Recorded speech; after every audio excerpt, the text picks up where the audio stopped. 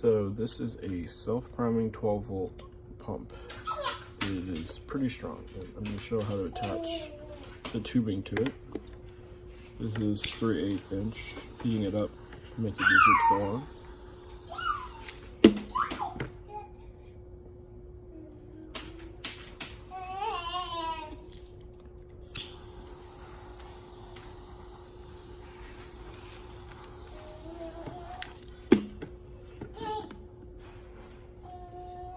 You can put zip ties over these to keep it on better, but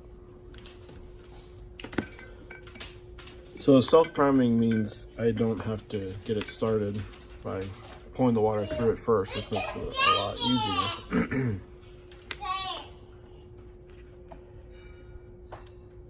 Alright, I have it hooked up to 12 volts.